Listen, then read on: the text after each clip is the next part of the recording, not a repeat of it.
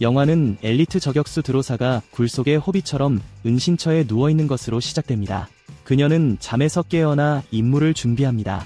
그녀는 소총의 총열을 뻗어 개인 제트기가 착륙하고 있는 먼 활주로를 조준합니다.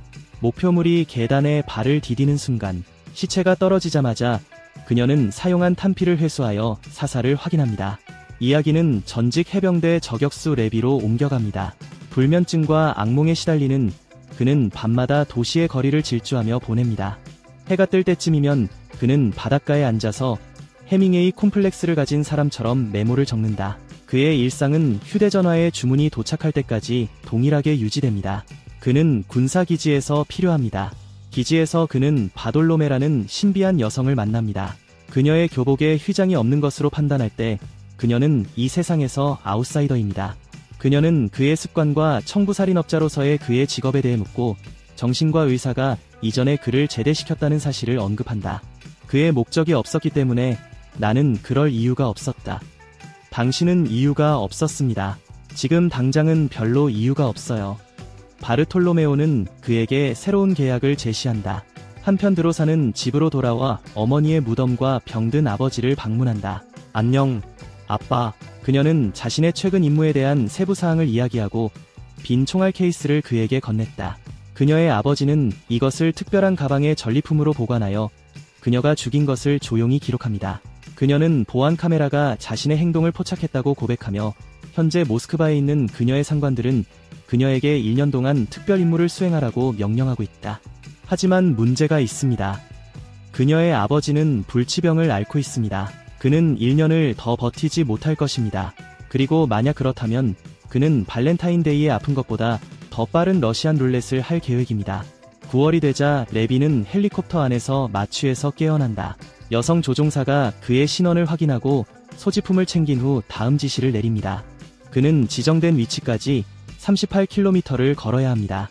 낙하산을 끈으로 묶은 레비는 명령을 따르고 점프하고 험준하고 그림 같은 풍경을 가로질러 나아갑니다. 안개로 뒤덮인 깊은 협곡에 도착할 때까지 가장자리에서 그를 기다리고 있는 것은 그가 대체하기 위해 이곳에 온 남자인 JD입니다. JD가 설정에 대해 간략히 설명합니다.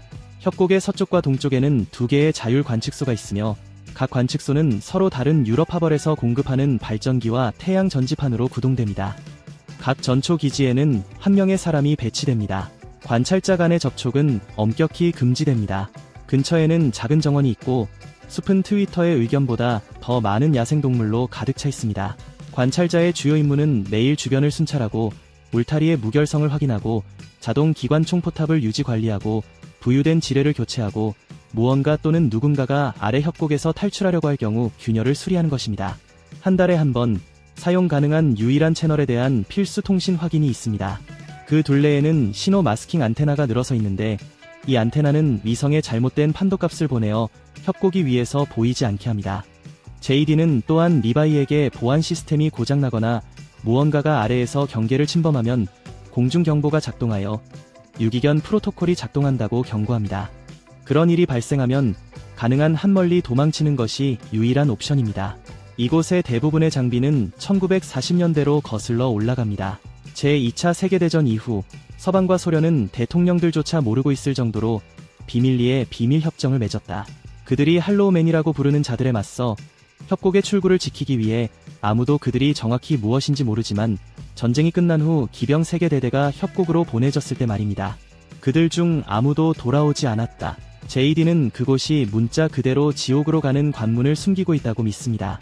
다음날 아침 리바이는 JD가 떠나는 것을 지켜본다. 전임자가 대피 지점에 도착하자마자 약속된 휴식이나 급여를 받지 못한다는 사실을 모르고 있습니다. 대신 그는 머리에 총알을 맞는다. 당신의 봉사에 감사드립니다. 조용한 처형이 바돌로메에게 직접 보고되었다. 10월이 왔습니다. 레비는 주변을 순찰하고 방어 시스템을 유지하고 지뢰를 세고 포탑 탄약을 확인하고 한 달에 한 번씩 통신 점검에 참석하는 등 일상을 고수합니다. 지루해진 그는 작은 도서관에 있는 책들을 훑어보다가 책장 뒤에 낙서된 무언가, 이전 관찰자들이 남긴 좋아하는 인용구를 발견했다. 어느 날 호기심이 그를 더 좋아하게 됩니다. 그리고 그는 상안경을 들고 협곡의 반대편을 살폈다. 그때 그는 그의 맞은편에 서 있는 매력적인 저격수 드로사를 발견합니다. 마치 자신이 감시당하고 있다는 것을 감지한 듯 그녀는 돌아섰다. 하지만 쌍안경이 없으면 아이를 볼 수 없다. 그날 밤 폭풍우가 몰아치는 동안 리바이는 공황 상태에서 깨어나고 또 다른 PTSD가 그를 사로잡는다. 그는 물잔을 넘어뜨려 깨뜨리고 발을 다쳤다. 상처에 붕대를 감고 있을 때 그는 협곡 건너편의 탑에서 불빛이 깜빡이는 것을 알아차렸다. 드로사도 깨어있다. 11월이 시작됩니다. 그녀의 생일에 드로서는 케이크와 샴페인을 약간 과도하게 사용합니다. 술에 취한 듯 어떤 연결고리를 갈망하던 그녀는 갑자기 외딴 곳에 있는 유일한 사람인 리바이와 소통하고 싶은 충동을 느낀다. 그녀는 허공에 총을 쏘아 리바이의 주의를 끌고 쌍안경으로 메시지가 적힌 종이를 들어올리고 그는 그것을 읽고는 접촉은 금지되어 있지만 도전에 저항할 수 없다고 대답한다. 그는 감자 밀주 한 병을 들어올리며 그녀의 건강을 위해 건배한다. 그들의 작은 축하 행사가 계속됩니다. 장난스러운 기분으로 드로사는 음악을 틀고 춤을 춥니다. 그런 다음 리바이를 밀어 저격 기술을 과시합니다. 그녀는 정확한 샷으로 그의 컵을 산산조각내며 그에게 호의를 갚으라고 대담하게 말한다. 그는 대답으로 그녀의 병을 쏜다. 그녀는 희죽희죽 웃으며 말뚝을 들어올리고 두 번째 병을 머리에 얹고 균형을 잡았다. 하지만 레비가 총을 쏘기도 전에 갑자기 탑 아래에서 서치라이트가 켜지며 움직임을 살핀다. 난간에 기대어 그는 협곡 벽을 기어오르는 불안한 생물들을 발견했다. 그는 망설임 없이 총을 쏜다. 지뢰가 폭발하면서 여러 명의 공격자가 심연으로 곤두박질 칩니다. 드로사가 재빨리 합류하여 타워의 중기관총을 활성화합니다. 그들은 생물들의 물결을 거의 쓸어버렸고 그중 한 마리가 그녀의 발코니로 올라왔다. 그녀는 돌아서서 사격을 시작하고 레비는 포탑으로 어모 사격을 한다. 지뢰에서 폭발이 일어나 파편이 날아갑니다. 리바이의 어깨에 명중했지만 자동 포탑이 작동하여 남은 생물들을 깎아버렸다. 마침내 공격이 잦아들었다.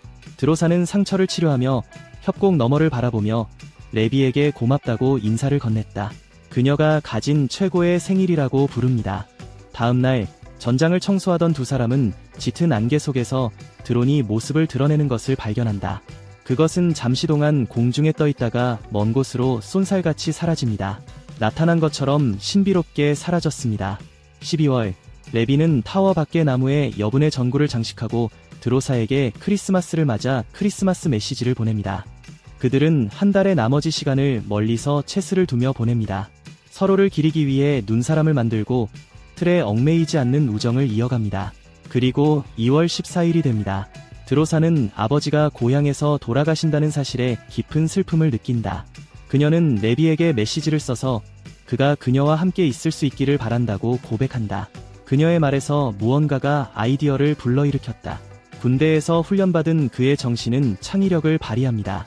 레비는 유탄 발사기를 집어들고 조심스럽게 폭약을 제거한 뒤 안뜰에 있는 밧줄을 풀어놓는다. 그는 한쪽 끝을 탑에 고정하고 다른 쪽 끝을 발사대에 장전한 다음 발사합니다. 드로사는 투사체가 자신의 발 근처에 떨어지면서 작은 땅에 불이 붙는 것을 충격에 휩싸인 채 지켜본다. 그녀는 자신도 모르게 웃으며 불을 끄고는 밧줄을 단단히 묶는다. 이제 협곡 위 높은 곳에서 그들 사이로 뻗어있는 것은 그들의 고립된 두 세계를 연결하는 임시변통의 케이블이다. 레비는 손으로 쓴 저녁 식사 초대장을 남기고 성대한 밤을 준비한다. 그는 면도를 하고 수수한 야생화 꽃다발을 따고 여행을 떠날 준비를 합니다. 그는 카라비너를 밧줄에 매달아 밀어내고 쉬면 이를 미끄러지듯 나아간다. 기세를 잘못 판단한 그는 결국 중간에 매달려 손을 번갈아 가며 자신을 끌어당길 수밖에 없었습니다. 몇 달간의 고립 끝에 익숙해진 그는 마침내 반대편에 도착하여 처음으로 드로사와 대면하게 되고 그녀는 토끼 파이를 준비했지만 먼저 청소를 고집하고 당신은 과거 경비원들이 그에게 남긴 옷냄새를 맡습니다. 몸을 씻고 나면 그들은 식사를 나누며 아버지와 그들의 일, 그리고 그들을 이곳으로 이끈 과거에 대해 이야기합니다. 저녁은 춤으로 흘러가고 춤은 매끄럽게 더 친밀한 것으로 바뀝니다. 나중에 레위는 자신이 시를 쓰고 심지어 그녀를 위해 시를 썼다고 고백하지만 낭송은 거부한다. 아침이 오고 리바이는 예정된 통신 체크인 전에 돌아갈 준비를 한다. 그러나 그가 돌아오는 길에 그들은 너무 늦었다는 것을 깨닫습니다. 또 다른 공격을 놓쳤다. 그 생물들은 이미 그녀의 탑의 벽을 기어오르고 있었다. 하나는 지뢰를 어지럽혀 폭발시키고 밧줄을 절단합니다. 레비는 짙은 안개 속으로 뛰어들어 낙하산을 간신히 펼칠 수 있었다. 망설임 없이 드로사는 자신의 낙하산을 잡고 그의 뒤를 쫓아갑니다. 그녀는 노란 안개를 뚫고 격렬한 강에 착지합니다. 그 과정에서 그녀는 다시 올라가는데 중요한 장비인 어센더를 잃게 됩니다. 한편 리바이는 낙하산이 나무에 엉킨 채 거꾸로 매달려 깨어난다. 그가 빠져나오기도 전에 애벌레처럼 생긴 거대한 돌연변이가 그에게 달려든다. 그는 간신히 총을 쏘아낸 뒤 몸을 잘라냈지만 곧바로 두껍고 접착제 같은 물질로 떨어졌다. 몸부림칠수록 몸부림은 더 조여온다. 진흙만이 아니기 때문입니다. 그것은 살아있고 굶주린 유기체입니다. 그것이 그를 억누르려는 것처럼 드로사가 나타나 면도칼 같은 턱을 부수고 그를 끌어냈다. 그들은 으스스하고 안개에 흠뻑 젖은 숲을 뚫고 앞으로 나아간다. 동쪽 절벽으로 향하여 기어나갑니다. 그들이 멀리 가기도 전에 그들은 피노키오의 뒤틀린 자손을 닮은 나무로 된 꼭두각시 같은 생물인 세이버를 휘두르는 섬뜩한 기수들에게 매복 공격을 받습니다. 다행히도 총알은 잘 작동합니다. 전투 중반 드로사는 자신이 어센더를 잃었다는 것을 깨닫습니다. 그것 없이는 500m 암벽을 오르는 것이 불가능합니다. 이제 그들이 선택할 수 있는 유일한 방법은 다른 탈출구를 찾는 것입니다. 쓰러진 공격자들을 살펴보던 레비는 암울한 깨달음을 얻는다. 그들은 한때 인간이었다. 실종된 대대의 병사들이 거의 80년 동안 이곳에 갇혀 있었습니다.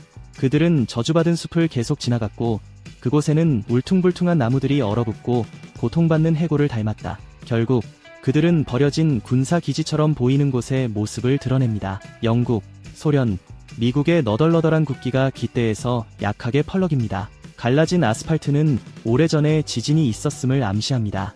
교회에 발을 들여놓자 그들은 한때 이곳에서 피난처를 찾았지만 결국 최후를 맞았던 사람들의 흔적인 유골이 늘어서 있는 좌석을 발견합니다. 좌석에 흩어져 있는 유골은 암울한 이야기를 들려줍니다. 청산가리의 흔적으로 판단하면 이곳 사람들은 생명을 앗아갔습니다. 리바이와 드로사가 건물 안으로 더 깊숙이 들어갔을 때 갑자기 전체가 두개골로 이루어진 거미 같은 생물의 공격을 받습니다. 그들이 회복하기도 전에 문이 활짝 열리며 할로우맨들이 들이닥쳐 혼란을 가중시킨다. 상대가 되지 않는다는 것을 깨달은 두 사람은 수류탄으로 벽에 구멍을 뚫고 상황이 구멍을 만들기 전에 탈출합니다. 절벽을 향해 달려가던 그들은 수풀 아래에 숨겨진 강화 벙커 문을 발견합니다. 그 안에는 덩굴과 수십 년 동안 쌓인 먼지로 뒤덮인 버려진 연구시설이 있습니다. 이곳은 고대의 모습을 보이며 얄타 회의의 빛바랜 사진들이 그 기원을 암시합니다. 레비는 필름리를 찾고 드로사는 프로판 동력 발전기를 찾는다. 전원이 켜지면 오래된 프로젝터가 깜박이며 생명을 얻습니다. 오래전에 사라진 과학자의 녹음된 메시지를 공개합니다. 그녀는 원자폭탄이 발명된 지 1946년에 서방과 소련이 이 비밀기지를 건설하여 동등한 파괴력을 가진 생화학 무기를 개발했다고 설명합니다. 그러나 갑작스런 지진으로 치명적인 누출이 발생하여 계곡의 모든 사람을 오염시켰습니다. 주민들은 식물과 융합하여 치명적인 생물학적 전염병의 보균자가 되었습니다. 과학자는 가스에 대한 노출이 즉시 치명적이지는 않지만 장기간 접촉하면 사람의 DNA가 영구적으로 변할 것이라고 지적합니다. 그때 레비는 뭔가 이상한 것을 알아차린다. 시대에 뒤떨어진 기술 속에는 다크레이크, 다어그레이라는 민간 기업의 최신 장비가 있어 이 사이트가 최근의 연구를 위해 재활성화되었음을 시사합니다. 그는 의전의 의미를 하나로 엮어낸다. 길 잃은 개. 보안이 취약해지면 자동 시퀀스가 핵탄두를 작동시켜 반경 4km 내의 모든 것을 제거합니다. 시간이 얼마 남지 않았고 두 사람은 오염이 더 심해지기 전에 떠날 준비를 한다. 하지만 밖으로 나서면서 그들은 돌연변이들이 보이는 것만큼 정신이 없다는 것을 깨닫는다. 드로사의 탄약 가방은 명백한 함정인 허공에 방치되어 있다. 그녀가 그것을 잡으려고 하자 올가미가 그녀의 다리를 조여옵니다. 해골 기수가 그녀를 안개 속으로 끌어당겼다. 레비는 밧줄을 향해 총을 쏘지만 그 여세를 몰아 드로사는 울퉁불퉁한 뿌리 속으로 들어가 의식을 잃고 쓰러진다. 그는 망설임 없이 그녀를 쫓아갑니다. 유독한 붉은 연기를 내뿜는 거대한 미사일 경납고로 납치범을 추적하고 있습니다. 안에서 드로사는 기수의 은신처에 묶인 채 깨어난다. 불이 구조물이 아니라 썩어가는 참나무와 같은 것입니다. 그녀는 시간을 낭비하지 않고 그를 걷어차고 벗어나려고 발버둥친다. 잔인한 싸움이 벌어지지만 아무리 열심히 싸워도 돌연변이는 그저 즐기는 것 같다. 상황이 암울하게 변할 때 레비가 도착하여 그 생물의 두개골에 총알을 박습니다. 경납고를 탈출한 그들은 계곡을 오염시키는 바로 그 무기 중 하나인 지진으로 손상된 거대한 미사일을 발견합니다. 그들은 살점으로 뒤덮인 기괴한 풍경 속을 헤쳐나가면서 그들 아래에서 고동치는 덩어리를 건드리지 않기 위해 조심스럽게 발을 내디뎠다. 하지만 드로사는 발을 잘못 디뎌 유기체의 거미줄이 엉망진창인 파동 속으로 가라앉고 말았다. 그녀는 몸부림치며 꼼짝 못하고 말았고 기괴한 벌집이 살아났다. 레비는 세이버로 촉수를 베지만 이는 공격적인 반응을 유발할 뿐이다. 재빨리 생각한 드로사는 몸부림치는 둥지에 수류탄을 발사하여 둥지 전체를 불길에 휩싸이게 합니다. 돌연변이의 공포가 불타오르자 둘은 다른 무언가가 깨어나기 전에 이륙한다.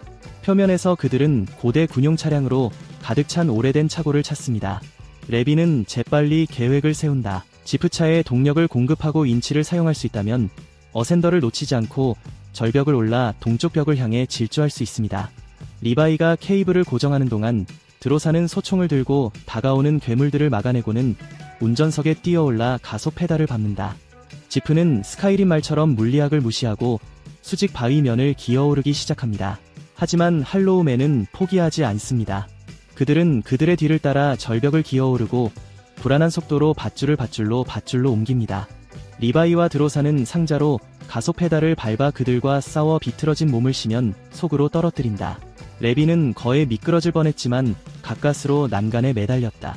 그의 총은 아래에 있는 연료통에 구멍을 뚫었다. 휘발유가 생물들에게 비처럼 쏟아지고 그는 조명탄으로 그들을 불태운다. 화염이 돌연변이를 집어삼킵니다.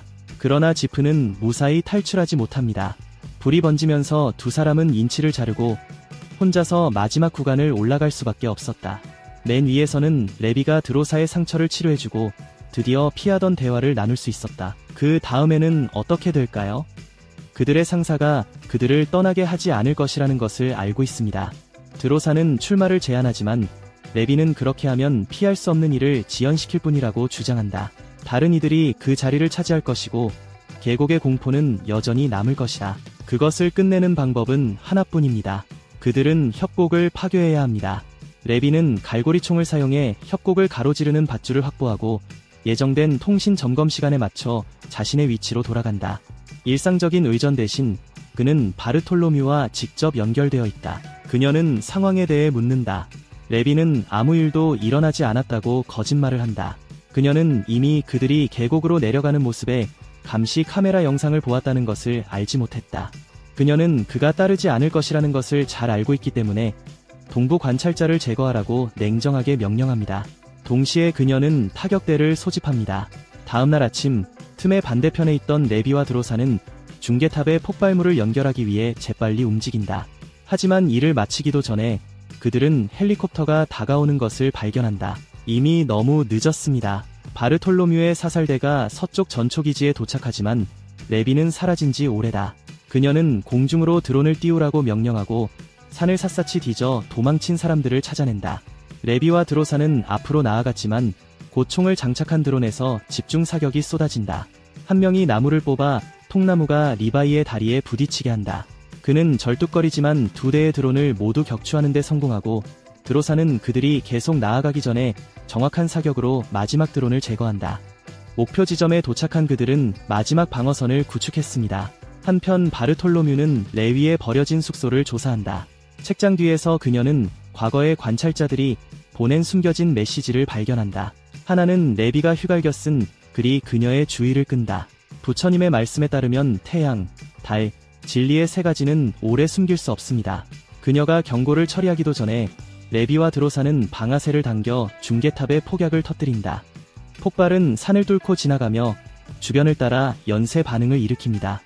타워가 하나씩 무너지면서 신호를 방해하는 위성이 제거되고 계곡의 존재가 외부 세계에 노출됩니다. 마지막 타워가 무너질 때 산속을 가르는 공습 사이렌이 울려 퍼진다. 떠돌이계의 프로토콜이 트리거되었습니다. 바르톨로뮤와 그녀의 용병들은 안전장치 핵폭탄이 폭발하자 필사적으로 탈출하기 위해 헬리콥터를 찾아 나섭니다. 계곡에서 솟아올라 앞을 가로막는 모든 것을 집어삼킨다. 충격파가 비행기에 부딪히면서 비행기는 소용돌이치며 절벽 속으로 떨어진다. 폭발을 간신히 피한 레비는 산등성이에서 튕겨져 아래 강으로 추락합니다. 가라앉는 동안 이제 폭발로부터 안전하게 거리를 둔 드로사는 지옥불이 계곡을 집어삼키는 것을 지켜본다. 시간이 흐른다. 외딴 동굴에서 그녀는 벽에 날짜를 표시하며 기다립니다. 리바이가 준 봉인된 봉투를 움켜쥔 그녀는 희망을 붙잡고 망설였다. 하지만 몇 주가 몇 달로 바뀌었을 때 그녀는 마침내 그가 부탁한 대로 해질녘에 문을 열었다. 그 안에는 그들이 직접 만나기 전에 그가 그녀를 위해 쓴 바로 그 시들이 들어있습니다. 4월이 되자 드로사는 과거를 뒤로하고 프랑스에서 웨이트리스로 일한다. 어느 날 저녁 그녀는 주문을 배달하면서 근처 테이블을 흘끗 봅니다. 그리고 저기 레위, 그는 살아있습니다. 그는 미안하다는 듯이 미소를 지으며 늦어서 미안하다고 말한다. 안도감에 압도된 드로사는 그에게 달려간다. 그들은 바다 너머로 해가 질 때 키스를 합니다. 그리고 그것으로 영화가 끝난다.